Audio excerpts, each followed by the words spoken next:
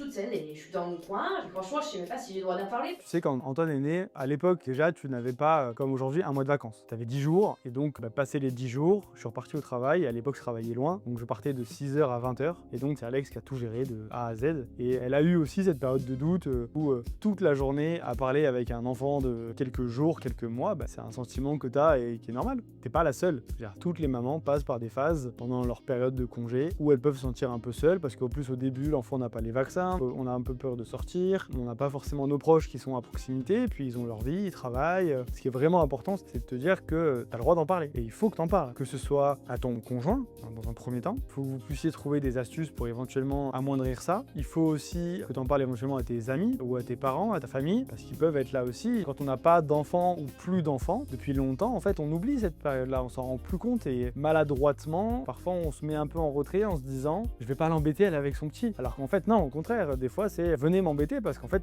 je suis toute seule, je m'ennuie ou je m'inquiète ou j'ai besoin de quelqu'un à qui parler, j'ai besoin de quelqu'un à qui me confier, j'ai des difficultés, je sais pas à qui m'adresser ». Pour eux, c'est plutôt une question de « je vais la laisser tranquille parce qu'elle a d'autres choses à faire ». Et donc ce manque de communication est problématique et c'est nécessaire qu'il y en ait au moins l'un des deux qui casse le tabou et qui dise « bah ouais, mais en fait, moi j'aimerais bien avoir plus de nouvelles ».